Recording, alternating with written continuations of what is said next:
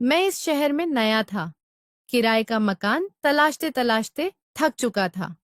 हर जगह प्रयास किया, लेकिन कोई स्थान नहीं मिला। अंत में मेरे एक मित्र ने मुझे एक मकान का पता सुझाया। वहां एक विधवा महिला अकेली रहती थी। लोग उसके बारे में विभिन्न प्रकार की गलत अफवाहें फैलाते थे, इसलिए कोई भी उसके घर में किराए पर रहना नहीं चाहता था। मैंने मित्र की बात सुनी और निर्णय ले लिया कि मैं उसी मकान में रहूंगा। जब मैंने उस घर के दरवाजे पर खटखटाया और दरवाजा खुला, तो सामने खड़ी महिला को देखकर मैं स्तब्ध रह गया। मैं वहीं रुक गया, क्योंकि वो तो मैं चुपचाप फैक्ट्री के द्वार के निकट बैठा था। यहाँ मेरी नई नौकरी लगी थी, वेतन भी ठीक ठाक था, लेकिन रहने के लिए कोई जगह नहीं थी। समझ नहीं आ रहा था कि अब क्या करूं। मेरे साथ मेरा परिवार नहीं था और इसी कारण कोई भी मुझे एक अकेले युवक को मकान किराए पर देने को तैयार नहीं था। यह शहर मुझे पूरी तरह अपरिचित और खाली लग रहा था। काफी देर तक वहीं बैठा विचार करता रहा। फिर थककर भोजन के लिए एक ढाबे में चला गया। आखिर भूख इंसान को हर स्थिति में आगे बढ़ने पर विवश कर देती है। मैं ढाबे में बैठा ही था कि वहां काम करने वाला एक लड़का मेरे पास आया और भोजन का ऑर्डर पूछने लगा। मैंने भोजन मंगवाया और जैसे ही बैठा, अचानक मुझे ऐसा लगा कि कोई मुझे ध्यान से देख रहा है। मैंने मुड़कर देखा तो सामने एक परिचित चेहरा था। ध्यान से देखा तो वह विजय भाई थे, मेरे सबसे अच्छे मित्र। मगर वह तो वाराणसी में रहते थे, यहाँ रांची में कैसे? मैं तुरंत खड़ा हो गया और उनकी ओर बढ़ने लगा, लेकिन वह खुद मेरे निकट आ गए। मेरे कंधे पर हाथ रखते हुए बोले, अर्जुन, तुम यहाँ क्या कर रहे हो? सब ठीक तो है? तुम तो वाराणसी में थे ना? मैंने मुस्कुराते हुए कहा, यही सवाल तो मैं आपसे पूछने वाला था। आप यहाँ कैसे? विजय भाई बोले, तुम जानते हो, वाराणसी में मेरा व्यवसाय पूरी तरह बंद हो गया था। एक साधारण नौकरी कर रहा था, जिससे घर चलाना कठिन हो गया था। इसलिए मैंने सोचा रांची जाकर नया काम शुरू करता हूँ। भगवान की कृपा से अब तक सब ठीक चल रहा है। अब तो परिवार को भी बुलाने का इरादा है। हमें मिले हुए भी 8-9 महीने हो गए, इसलिए एक दूसरे का हाल नहीं पता चला। मैं उनकी बात सुनकर सिर हिलाते हुए बोला, यही वजह है कि मैं भी वाराणसी छोड़कर रांची आ गया हूँ। एक मित्र ने मुझे यहाँ नौकरी के लिए भेजा था, पर अब सबसे बड़ी समस्या यह है कि रहने के लिए कोई जगह नहीं मिल रही। आप यहाँ कब से हैं? मेरी बात सुनकर विजय भाई कुछ देर तक मौन रहे।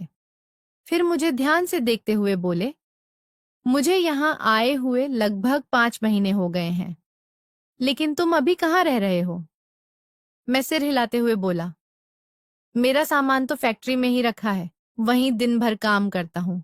सोने की कोई जगह नहीं है, इसलिए बहुत परेशान हूँ। अकेला आया हूँ और कोई भी किराए पर मकान देने को तैयार नहीं है।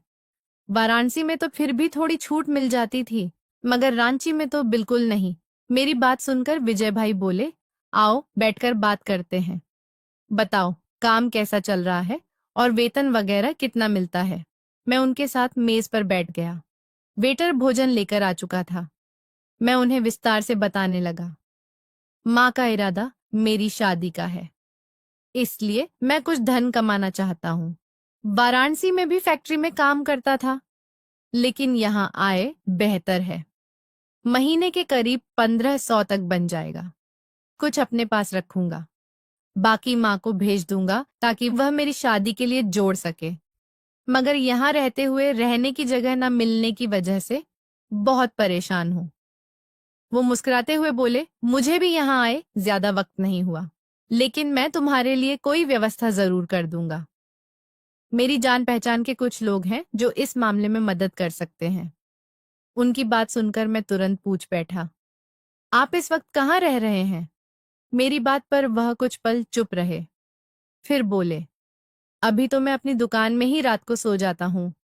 अपने लिए भी अभी कोई जगह नहीं देखी। जब पत्नी बच्चे आ जाएंगे तब किराए का मकान ले लूंगा।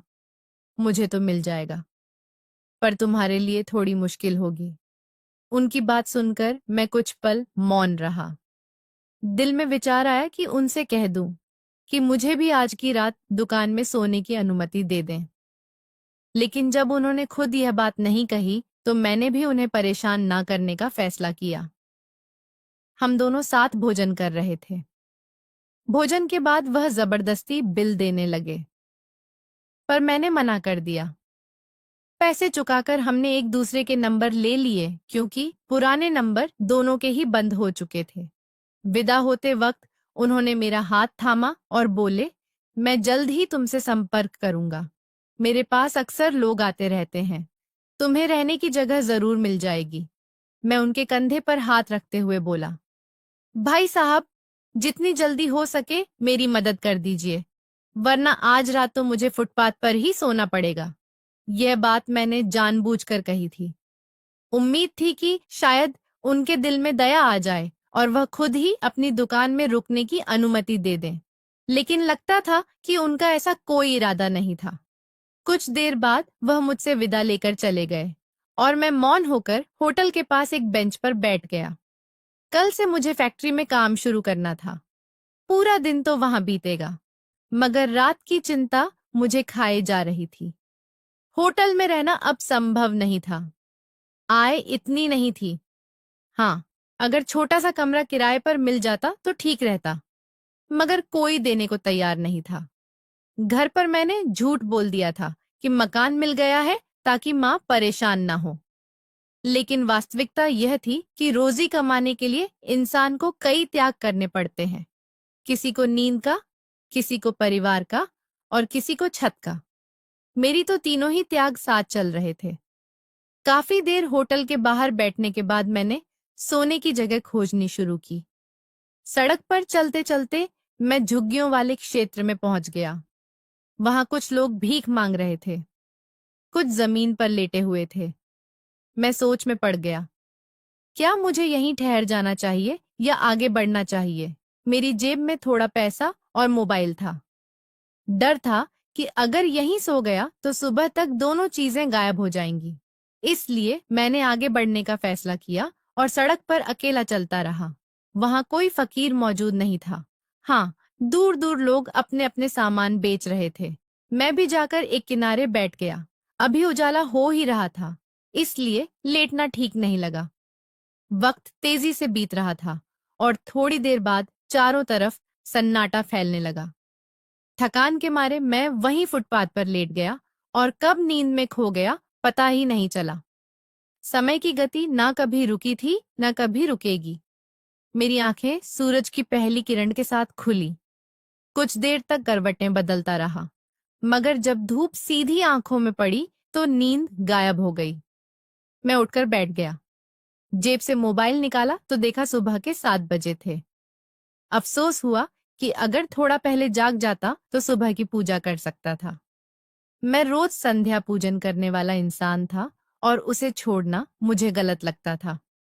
कुछ देर वहीं बैठा अपनी तबीयत संभालता रहा।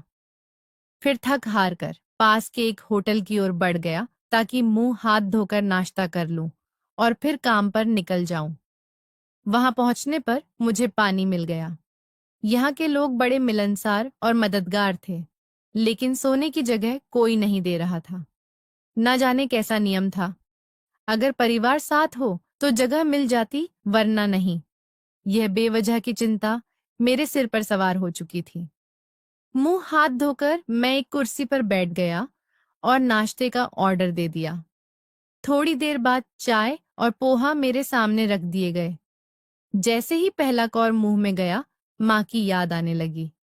सुबह सुबह वह अपने हाथों से मुझे नाश्ता खिलाती थी। मैं भले ही 28 साल का हो गया था, पर उनके लिए आज भी वही छोटा सा बच्चा था। जब मैं अपना शहर छोड़कर इस पराये शहर के लिए निकला था तो माँ बहुत रोई थी। तेरे बिना घर सुना हो जाएगा, उन्होंने कहा था। मैं चुप था, क्योंकि मेरे पास कोई जवाब नहीं था। मैं मजबूर था। काम के लिए इंसान को बहुत कुछ छोड़ना पड़ता है। अपना घर, अपना शहर, यहाँ तक कि अपनी माँ भी। नाश्ता करने के बाद मैं सीधा फैक्ट्री की ओर चल पड़ा। फैक्ट्री का समय 9 बजे का था, लेकिन मैं 8 बजे ही निकल गया।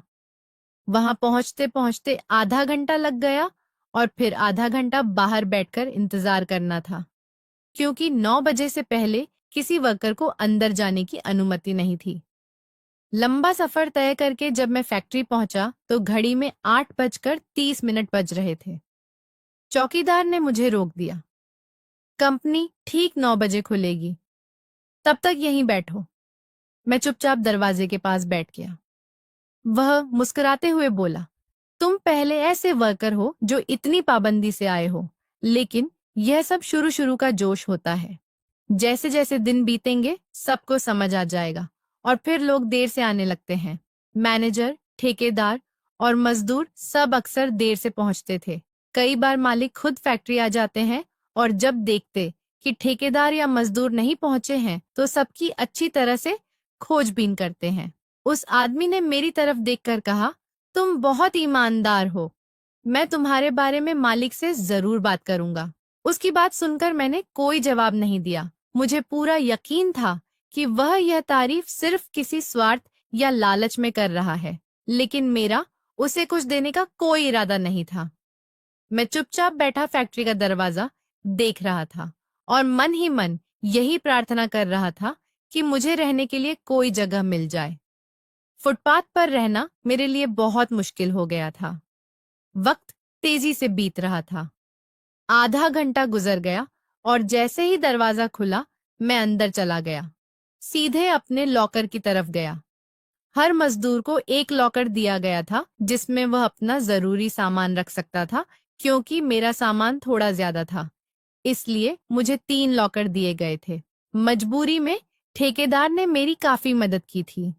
मैंने कपड़े निकालकर मशीन के पास रखे और वॉशरूम जाकर कपड़े बदल लिए। फिर अपने विभाग की ओर बढ़ गया। मेरा पहला दिन था, इसलिए मैं कोई गलती नहीं करना चाहता था। मुझे नहीं मालूम था कि मुझे किस मशीन पर लगाया जाएगा, लेकिन काम की हर बारीकी मैं अच्छी तरह जानता था। कुछ ही देर में फैक्ट्री का काम शुरू हो गया। कुछ लोगों ने मुझे अपनापन दिखाते हुए नमस्ते की, जबकि कुछ ने मुझे नजरअंदाज करते हुए अपने काम में ध्यान लगाया। मैं बस ठेकेदार का इंतजार कर रहा था। यह नौकरी मुझे मेरे एक मित्र ने दिलवाई थी, जो इसी शहर में रहता था और ठेकेदार का अच्छा जानकार था। करीब 10 बजे ठेकेदार आया तो मैं तुरंत अपनी जगह से खड़ा हो गया। उसने मुझे नजरअंदाज करते हुए बाकी मजदूरों से बात की। किसी को समझाया, किसी को डांटा और किसी से हंसकर बात की। करीब आधे घंटे बाद वह मेरी तरफ आया और बोला, शाबाश। चौकीदार ने बताया कि तुम बहुत वक्त के पाबंद हो, लेकिन देखो, लॉकर के पास तुम्हें मेरी मौजूदगी के बिना जाने की अनुमति नहीं है। तुम्हें 3 लॉकर दिए गए हैं, इसलिए आगे से ध्यान रखना। मालिक की तरफ से फोन आया था। उन्होंने तुम्हें कैमरे में देखा है। इस तरह की हरकत पर चोरी का शक भी हो सकता है। मैं तुरंत बोला, माफ कीजिए, आज मेरा पहला दिन है। मुझे नियमों की जानकारी नहीं थी। कृपया आप मुझे नियम समझा दीजिए। वह सिर हिलाते हुए बोला, यहाँ कोई खास नियम नहीं है। बस इतना ध्यान रखना कि आगे कोई परेशानी ना हो। तुम अपना घर और परिवार छोड़कर यहाँ आए हो। अब यही तुम्हारा कर्म क्षेत्र है। वह आदमी समझदार और नरम स्वभाव का था। बात करने का अंदाज भी बहुत अच्छा था। मैं कुछ कह पाता उससे पहले ही उसने कहा, मैं तुम्हें मशीन ऑपरेटर के तौर पर रख रहा हूँ। तुम्हारे मित्र ने बताया कि तुम अपने काम में बहुत निपुण हो। मैंने तुरंत कहा, जी, मैं अपनी पिछली कंपनी का अच्छा कारीगर था, लेकिन वहां कुछ ऐसी बातें हो गई कि मुझे नौकरी छोड़नी पड़ी। वो लोग न समय पर वेतन देते थे, न ही मजदूरों की इज्जत करते थे। इंसान सूखी रोटी खा ले, लेकिन सम्मान मिलना चाहिए। यही उसका अधिकार है। मेरी बात सुनकर उसने सिर हिलाया और मुझे मशीन की तरफ ले गया। यह एक किताबों की फैक्ट्री थी। यहाँ कागज, कॉपी और किताबें बनाई जाती थीं। बड़ी बड़ी मशीनें लगी थीं, लेकिन कागज की गर्मी मुझे बिल्कुल पसंद नहीं आई। मुझे अक्सर तबीयत खराब महसूस होती थी, लेकिन मजबूरी में मुझे यह काम सीखना पड़ा था। इस उम्र में दोबारा नया काम सीखने का मन नहीं था। फिर भी उसने मुझे मशीन दिखाते हुए उसके सारे हिस्सों और काम करने के तरीके समझाने शुरू कर दिए, जबकि मैं खुद हर बात को ध्यान से पूछकर समझने लगा। मैं ज्यादा पढ़ लिख नहीं पाया था, क्योंकि स्कूल की पढ़ाई वहीं अधूरी रह गई थी। मेरी 2 छोटी बहनें और एक बड़ा भाई थे और पूरे घर की जिम्मेदारी पिताजी के कंधों पर थी। अगर हम दोनों भाई पिताजी का साथ ना देते तो शायद आज हमारा न अपना घर होता, न गाड़ी होती और ना ही हम अपनी बहनों की शादी कर पाते। छोटी उम्र में ही मैं और मेरा भाई पिताजी के साथ कामकाज में लग गए थे। पिताजी को हाथों का काम आता था, इसलिए उनकी मजदूरी ज्यादा नहीं थी, मगर मैंने और मेरे भाई ने मशीन चलाना सीखा था। शुरू से ही हमारा झुकाव बड़े कामों की तरफ था और इसी वजह से आज हम दोनों कामयाब हो चुके थे। मेरा भाई पुणे में एक बड़ी कंपनी में मशीन ऑपरेटर था। उसका पद मुझसे ऊंचा था, पर हमारी आदत थी कि हम कभी एक ही जगह साथ काम नहीं करते थे, क्योंकि हमारी आपस में बिल्कुल नहीं बनती थी। अक्सर झगड़ा हो जाता, लेकिन जब कोई हमारे खिलाफ होता तो हम एक दूसरे का साथ कभी नहीं छोड़ते थे। मेरी मेहनत देखकर ठेकेदार बहुत प्रभावित हुआ। उसने मेरे सिर पर हाथ फेरते हुए कहा, तुम कम उम्र के हो, लेकिन बहुत मेहनती लगते हो। उम्मीद है तुम इस काम को समझदारी से करोगे। अगर ईमानदारी दिखाओगे तो तुम्हें बहुत कुछ मिलेगा। फिलहाल तुम्हारी तनख्वाह 15,000 रुपये है। आगे चलकर मैं तुम्हारे लिए बढ़ाने की बात करूंगा। बोनस भी मिलेगा और छुट्टियां भी मिलेंगी। बस तुम ईमानदारी से काम करना। इतना कहकर वो अपनी जगह लौटने लगे, मगर तभी मैंने उन्हें पुकारा, राम भाई, मेरी बात सुनेंगे। वो रुककर पलटे और बोले, हाँ कहो, क्या बात है। कुछ पल मैं मौन रहा, फिर बोला, क्या मुझे इस शहर में रहने के लिए कोई जगह मिल सकती है? मैं बहुत परेशान हूँ। कल रात भी फुटपाथ पर ही गुजारी थी, इसलिए आज आकर कपड़े बदले हैं, क्योंकि सारी रात जमीन पर था। मैंने कई जगह किराए का कमरा ढूंढा, लेकिन सब लोग फैमिली वालों को ही जगह दे रहे हैं।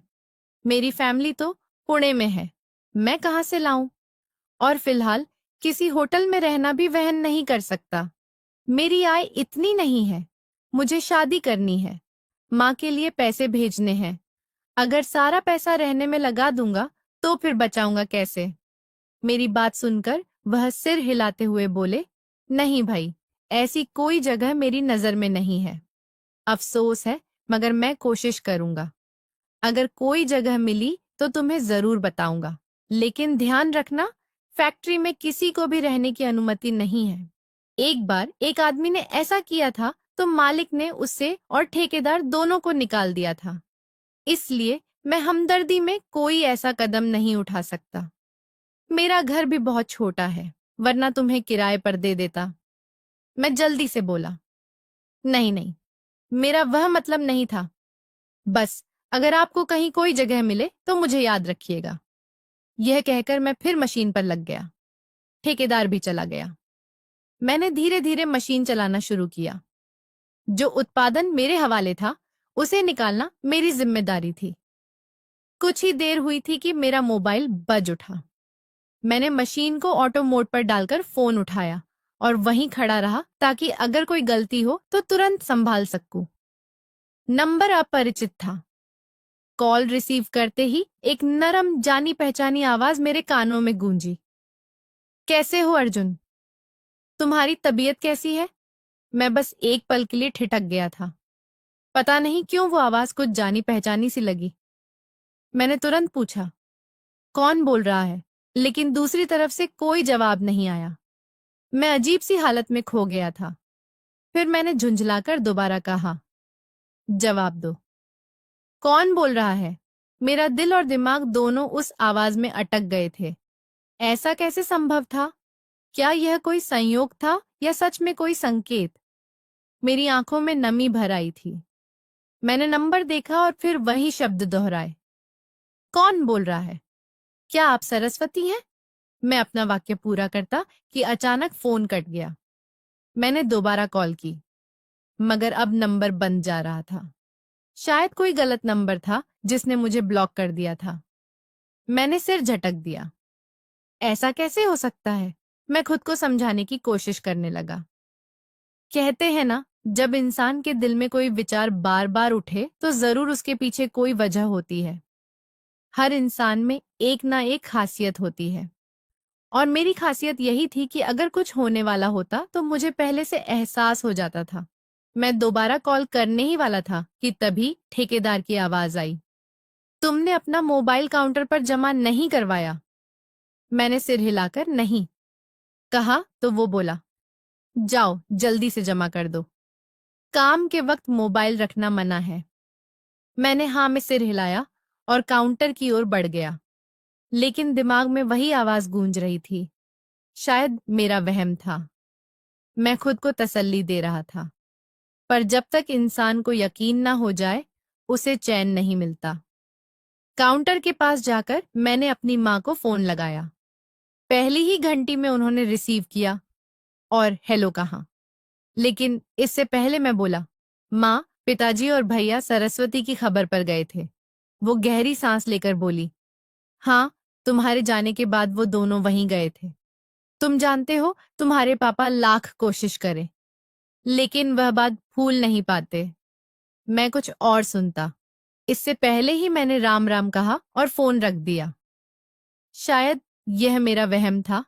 एक जैसी आवाज कई लोगों की हो सकती है। मैंने सिर झटककर मोबाइल काउंटर पर जमा किया और फिर अपने काम में लग गया। मुझे क्या पता था कि रांची आने के बाद जिंदगी एक नया मोड़ लेने वाली है। पूरा दिन काम में बीत गया। रात के 10 बजे काम खत्म हुआ तो मैं बाहर निकल आया। तभी चौकीदार ने रोक लिया। उसे देखकर न जाने क्यों मुस्कान आ गई। वो बोला, आप बहुत मेहनती इंसान हैं। इस वक्त तक कोई नहीं रुकता।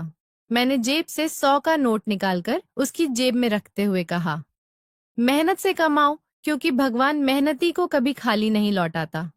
मीठी बातें करके पैसे लेना अच्छी बात नहीं। और बिना कुछ और कहे मैं आगे बढ़ गया। कुछ बातें ऐसी होती हैं जो दूसरों को समझाना जरूरी होता है। यह हमारा फर्ज है। फिर मैं उसी होटल पर गया जहां कल रात भोजन किया था। फैक्ट्री से हमें दोपहर का भोजन मिलता था, रात का नहीं। भोजन खाकर मैं सोच में पड़ गया। अगर रोज बाहर से खाऊंगा तो खर्चा बढ़ेगा, जो मैं बर्दाश्त नहीं कर सकता। चलते चलते मैं अपने ठिकाने पर पहुंचा। दिमाग में पूरे दिन की बातें घूम रही थी। कुछ साथी बहुत अच्छे थे, लेकिन कुछ मुझसे जलने लगे थे। उनका कहना था कि मुझे ज्यादा वेतन मिल रहा है, जबकि वह 10 साल से काम कर रहे हैं। मैं चुप रहा और अपने काम में लगा रहा, लेकिन रात की वह फोन कॉल मुझे बार बार परेशान कर रही थी। मैंने फिर मोबाइल निकाला, नंबर देखा, बिल्कुल अपरिचित था। फिर भी कॉल की पर मोबाइल बंद था। मैंने सिर झटककर आंखों पर हाथ रखे और खुद से कहा, शायद यह मेरा भ्रम था। मरे हुए लोग जिंदा नहीं होते। इतना सोचकर मैं मौन से गहरी नींद में डूब गया। मुझे क्या पता था कि वाकई किस्मत अब करवट लेने वाली है। पूरी रात अजीब सी बीती। कभी गाड़ियों की आवाज, कभी किसी आहट से नींद टूटती रही। सड़क पर सोना डरावना था, लेकिन जो मुश्किल आई थी उसका सामना मुझे ही करना था। अगली सुबह सूरज की किरणों से नींद खुली। मैंने मोबाइल उठाकर देखा, सुबह के 8 बज रहे थे। मैंने बिना सोचे समझे विजय भाई को कॉल मिलाया।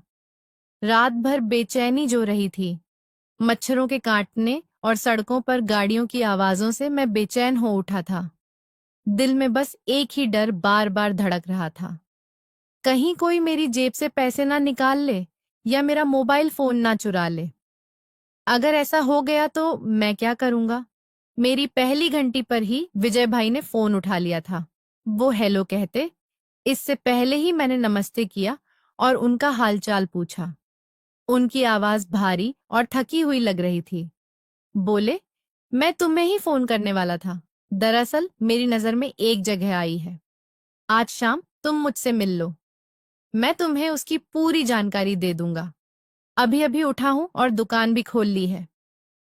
मैंने ठीक है कहकर फोन बंद कर दिया और मन ही मन निश्चय कर लिया कि चाहे जिस घर में पानी या बिजली की सुविधा हो या ना हो, मैं वहीं गुजारा कर लूंगा, क्योंकि मुझे अब बस एक ठिकाने की जरूरत थी। घर पर सबको यही बताया था कि मुझे घर मिल गया है, लेकिन अंदर ही अंदर मैं जानता था कि यह सच नहीं था। सड़क पर चलते हुए मेरे दिल में डर और उम्मीद दोनों ही चल रहे थे। होटल पहुंचकर मैंने हाथ मुंह धोया, नाश्ता किया और तुरंत अपनी माँ को फोन किया। कल जितनी जल्दबाजी में उनसे बात हुई थी, मुझे यकीन था कि वह सारा दिन परेशान रही होंगी। मेरी पहली घंटी पर ही उन्होंने कॉल उठा ली और मैं कुछ कहता उससे पहले ही वह बोली, कैसे हो बेटा? एक काम करो, तुम वापस आ जाओ। तुम्हारे बारे में मुझे अच्छा महसूस नहीं हो रहा। लगता है कुछ बुरा होने वाला है। मैंने तुम्हारे बारे में अच्छा सपना भी नहीं देखा। मैंने मुस्कुराकर कहा, माँ, प्लीज, मैंने आपको इसलिए फोन नहीं किया कि आप मुझे तनाव दें। बस आपसे थोड़ी सुकून भरी बातें करनी थी। आपकी तबीयत पूछनी थी। आप ठीक है ना? घर पर सब खैरियत है? माँ ने जवाब दिया, हाँ, यहाँ सब ठीक है। बस मुझे तुम्हारी बहुत फिक्र लगी हुई है। मेरा दिल कह रहा है कि मेरा बेटा ठीक नहीं है। अगर कोई बात है तो मुझे बता दो, मैं कोई ना कोई हल निकाल लूंगी। तुम ठीक घर में रह रहे हो ना? क्योंकि मैंने तुम्हारे लिए अच्छा सपना नहीं देखा। मैं तुरंत बोला, जी माँ, सब ठीक है। आपको तो मालूम है, चौकीदार और ठेकेदार सबसे मेरी अच्छी जान पहचान हो गई है और कुछ मजदूरों से भी दोस्ती हो गई है। और हाँ, विजय भाई भी यही कारोबार कर रहे हैं। उनसे भी मुलाकात हो गई है। हम दोनों अब लगातार संपर्क में हैं। ये सुनकर माँ कुछ शांत हो गई और इधर उधर की बातें करने लगी। लगभग 15 मिनट तक हम माँ बेटे ने बातें की। फिर मैं काम पर देर हो रही थी, इसलिए निकल गया। फैक्ट्री पहुंचा तो आज मुझे 10 मिनट की देरी हो गई थी। जल्दी जल्दी अंदर जाने ही वाला था कि चौकीदार ने मेरा हाथ पकड़ लिया और बोला, कल आपने मुझे एक बात समझाई थी, आज मैं आपको एक बात समझाना चाहता हूँ। जो लोग अपने काम से मोहब्बत करते हैं, काम भी उनसे मोहब्बत करता है। अगर आप पहले दिन ही लेट आने लगेंगे तो याद रखिए, यहाँ बाकी सबकी तो इज्जत है, पर आपकी सबसे कम रह जाएगी। यह कहकर वो अपनी जगह लौट गया। मैं हल्के से मुस्कुराया और अंदर चला गया। आज मुझे कपड़े बदलने नहीं थे, इसलिए सीधा अपनी मशीन पर पहुंचा और काम शुरू कर दिया। वक्त धीरे धीरे गुजरता गया और पूरा दिन अपने हिसाब से बीत गया। रात के करीब 10 बजे काम खत्म कर मैं होटल की तरफ बढ़ा। दिल में उम्मीद थी कि आज विजय भाई से मिलकर रहने की जगह मिल जाएगी। रोज रोज फुटपाथ पर सोना अब संभव नहीं था। लंबा सफर तय करके होटल पहुंचा तो शुक्र था कि विजय भाई अभी नहीं आए थे। मैंने भोजन ऑर्डर किया और मौन से बैठकर मन ही मन भगवान से प्रार्थना करने लगा कि आज रहने के लिए कोई ठिकाना मिल जाए, क्योंकि अब मैं सच में बहुत परेशान हो गया था। लगभग 10 मिनट बाद मैंने देखा कि सामने से विजय भाई आ रहे थे और उनके साथ एक छोटा बच्चा भी था। मैं तुरंत खड़ा हो गया, उनसे गले मिला और बच्चे के सिर पर प्यार से हाथ फेरा। उन्होंने कुर्सी खींचकर बैठते हुए पूछा, कैसा चल रहा है? कामकाज सब खैरियत है? मैंने मुस्कुराते हुए कहा, जी, भगवान की कृपा से सब ठीक है। बस रहने की जगह मिल जाए तो बहुत अच्छा हो जाएगा। रोज फुटपाथ पर सोना पड़ता है, नींद पूरी नहीं होती और हमेशा डर लगा रहता है कि कहीं चोरी ना हो जाए। सुना है रांची में बहुत चोरियां होती हैं। वो हल्के से मुस्कुराए और बोले, यह बात तुमने बिल्कुल सही कही। पहले ही दिन मेरा मोबाइल और बटुआ चोरी हो गया था। भगवान की कृपा थी कि दुकान में दूसरा फोन और पैसे रखे थे, वरना बहुत मुश्किल हो जाती। उनकी बातें सुनकर मैंने अफसोस से सिर हिलाया। फिर वह बोले, मैंने तुम्हारे लिए जगह का इंतजाम तो कर लिया है, लेकिन एक बहुत बड़ा मसला है। मैं तुरंत बोला, कितना भी बड़ा मसला क्यों ना हो, बताइए विजय भाई, मुझे हर हाल में मंजूर है। चाहे पानी की दिक्कत हो, बिजली का मसला हो या गैस का, मैं हर तरह की परेशानी झेलने के लिए तैयार हूँ। बस मुझे रहने के लिए जगह दे दो। मेरी बात सुनकर विजय भाई कुछ देर तक चुप रहे। फिर मुझे देखते हुए बोले, इंसान हालात से बहुत मजबूर हो जाता है। तुम्हारी हालत सच में बहुत खराब है, लेकिन देखो, हर चीज पर सोच समझकर अपनी जिंदगी की नई शुरुआत करो। जिस जगह की बात तुम्हारे लिए तय की गई है, वो एक विधवा महिला का घर है। मगर लोगों का कहना है कि उस महिला के बारे में बातें अच्छी नहीं है।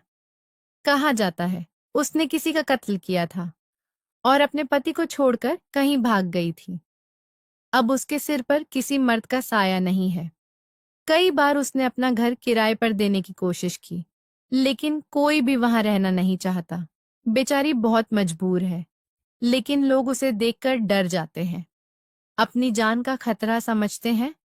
ऐसी महिलाओं से सब दूर ही रहते हैं। ऊपर से उसके घर में कोई मर्द नहीं है। अब तुम खुद फैसला कर लो।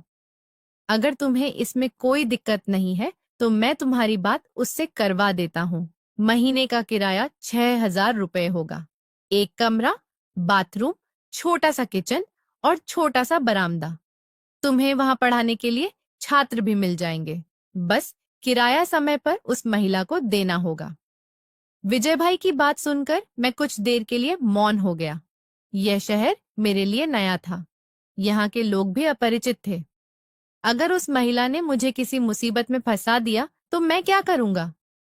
कुछ देर सोचने के बाद मैंने उनकी ओर देखा और कहा, अच्छा, ठीक है। जितनी भी परीक्षा मेरे हिस्से में आनी है वह आकर ही रहेगी। आप उस महिला को मेरी तरफ से हाँ कह दीजिए। मैं किराए का घर लेने के लिए तैयार हूँ। अब मुझसे सड़क पर नहीं सोया जाता।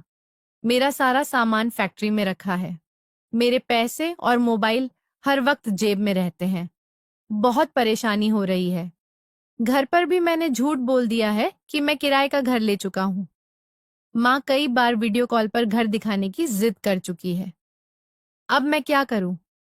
मेरा उस महिला से क्या लेना देना होगा? हम बस एक छोटा सा अनुबंध बना लेंगे जिसमें लिखा होगा कि मैं उसे किराया दूंगा और अपनी मर्जी से रहूंगा। उसका मुझसे कोई संबंध नहीं होगा। विजय भाई बोले, हाँ, वैसे भी उस बेचारी को बेवजह बदनाम किया गया है। वह खुद कहती है कि उसने कोई कत्ल नहीं किया। उसका केस अभी चल रहा है। जब जुर्म साबित होगा तभी असली अपराधी का पता चलेगा।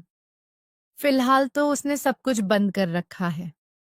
उनकी बातें सुनकर मैं तुरंत बोला, तो चलिए अभी वहीं चलते हैं। सुबह मैं फैक्ट्री से सामान ले लूंगा। पैसे वगैरह देखकर मैंने कहा, मैं रात यहीं बसर कर लूंगा। मेरी बात सुनकर वह बोले, अभी नहीं, तुम दिन में वहां जाओगे। रात के वक्त तुम्हें घर नहीं देंगे। बहुत अड़ियल महिला है। इस बार उस पर बस इल्जाम है, वरना वह महिला बहुत ही ऊंचे चरित्र की है। पूरा मोहल्ला कहता है कि उसके जैसी सच्चरित्र महिला कहीं और नहीं देखी गई। हमेशा सिर ढककर रहती है। किसी पराये मर्द के सामने कभी नहीं आती। बस मजबूरी में तुम्हें अपने घर जगह दे रही है, वरना वह भी किसी परिवार को ही देना चाहती थी। उनकी बात सुनकर मैं चुप हो गया। भाग्य की रफ्तार न कभी थमी है न कभी थमेगी। पूरी रात जैसे तैसे गुजार दी। अगली सुबह नई उम्मीदों के साथ रोशन हुई। मैं उसी महिला के घर जाना चाहता था, लेकिन विजय भाई ने फोन करके ताकीद की थी, 2 बजे तक आ जाना, वह तुमसे मिलेंगी। मैं फैक्ट्री चला गया और करीब 2 बजे जब ठेकेदार आया तो मैं अपनी अर्जी लेकर उसके सामने पेश हो गया। वो बहुत अच्छा इंसान था। उसने तुरंत ही अनुमति दे दी। ठीक 2 बजे मैं उस विधवा महिला के मकान तक पहुंच गया। दिल में डर भी था कि कहीं कोई मसला ना हो जाए, मगर उम्मीद थी कि सब ठीक रहेगा। मुझे इन बातों में नहीं पड़ना था। मुझे तो बस अपनी नौकरी चाहिए थी। मैंने दरवाजे पर खटखटाया तो अंदर से आवाज आई, ठहरो, आ रही हूं। उस आवाज को सुनकर मैं एक पल को थम गया। दरवाजा खुला तो मेरी नजर उस पर पड़ी। सिर पर पल्लू ओढ़े सादगी में लिपटी हुई वो महिला। मैं फटी आंखों से उसे देखता रह गया। ऐसा लगा जैसे आसमान मेरे सिर पर गिर पड़ा हो, जमीन पैरों तले से निकल गई हो। यह कोई चमत्कार था या मेरी आंखों का धोखा? मेरे सामने एक मरा हुआ इंसान जिंदा खड़ा था। मेरे मुंह से धीरे धीरे निकला, आप जिंदा हैं? वो भी हक्की बक्की रह गई, जैसे शरीर में जान ही ना बची हो। मैं कुछ कह पाता इससे पहले ही वह दरवाजा बंद करने लगी, लेकिन मैं अंदर चला गया और उसका हाथ पकड़कर बोला, आप जिंदा हैं। फिर वह सब क्या था? अंतिम संस्कार खबरें, सब झूठ था। वो रोती हुई अंदर जाने लगी, मगर मैंने उसे रोक लिया। फिर रोते हुए उसने जो बताया वो सुनकर मैं दंग रह गया। दरअसल मेरी बुआ ने अपने ही पति को अपने हाथों से मार डाला था, क्योंकि वह इंसान नहीं, दरिंदा था। वह उन पर हमला करने वाला था और बचाव में उन्होंने उस पर वार कर दिया। उसी पल वह मर गया। डर के मारे वह रोती हुई हमारे घर आ गई। मेरी माँ डर गई और पिताजी की बात सुने बिना ही उन्होंने उन्हें घर से निकाल दिया। 3 घंटे बाद खबर आई कि उनका एक्सीडेंट हो गया और अस्पताल में उनकी लाश मिली। हालत बहुत खराब थी, इसलिए हमने उसी रात उनका अंतिम संस्कार कर दिया। अगले दिन केस दर्ज हुआ, मगर वह भी वहीं बंद हो गया, क्योंकि जिसने हत्या की थी वह खुद मर चुकी थी। बुआ ने बताया, जब तुम्हारी माँ ने मुझे घर से निकाला, उसी वक्त मेरे भाई ने अपने एक दोस्त को मेरे पास भेजा। उन्होंने पहले से ही सब तय कर लिया था। वो किसी और की लाश थी, जिसे मेरी लाश बताकर जला दिया और मुझे उसी रात वाराणसी भेज दिया गया। मुझे याद है, जब मैंने पिताजी से वाराणसी जाने की बात की थी तो वे बहुत नाराज हो गए थे। बोले थे, तुम वहां नहीं जाओगे, कोई जरूरत नहीं है, वहां का माहौल तुम्हारे लिए ठीक नहीं है। लेकिन उस समय मैं अपनी जिद पर अड्डा रहा। ना जाने क्यों मुझे लगा कि वहां जाकर ही कुछ सच्चाइयां समझ पाऊंगा। और सच में, जब मैं वहां पहुंचा तो जो सामने आया उसने मेरे पैरों के नीचे की जमीन खींच ली। मैंने उन्हें गले से लगाया और हम दोनों फूट फूट कर रो पड़े। उन्होंने गलती की थी, लेकिन उस गलती के पीछे एक मजबूरी की दीवार थी। अपने बचाव में किसी की जान लेना पाप है, मगर जब हालात इंसान को कोने में धकेल देते हैं तो कई बार अच्छाई और बुराई की रेखा धुंधली हो जाती है। फिर भी एक बात मैंने उस दिन समझी, मौत जब लिखी होती है तभी आती है। उससे ना कोई पहले भाग सकता है, ना बाद में रोक सकता है। उस हादसे के बाद मैं बुआ के पास रहने लगा। पिताजी से अलग होकर मैंने उन्हें समझाया था, अब मैं आपके पास नहीं रहूंगा। उन्होंने बहुत मना किया। बोले, तुम चिंता मत करो, मैं तुम्हारे खर्चे के लिए पैसे भेजता रहूंगा। लेकिन मैंने उनकी बात नहीं मानी। मैं वहां एक किराएदार की तरह ही रहने लगा। धीरे धीरे वहां काम करते हुए 4 साल बीत गए। अब जिंदगी कुछ पटरी पर आई थी। माँ चाहती थी कि मैं शादी कर लूं, लेकिन मैंने साफ कह दिया, मैं रांची में ही रहूंगा। माँ, यही मेरी दुनिया है।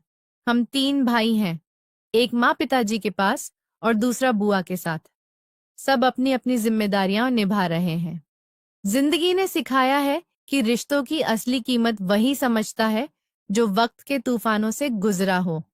इंसान को हमेशा अपने रिश्तों की कदर करनी चाहिए, क्योंकि जब बुरा वक्त आता है तो वही रिश्ते हमारे साथ खड़े होते हैं। आज मुझे सुकून है कि मेरे पिताजी ने उस समय जो किया वह सही था। उन्होंने अपनी बहन को बचाया, उसकी इज्जत को सुरक्षित रखा। गलतियां इंसान से होती हैं, लेकिन रिश्तों की नीयत अगर साफ हो तो ईश्वर भी माफ कर देता है। आखिर में मैं बस यही कह सकता हूँ, खून का रिश्ता कभी पराया नहीं होता।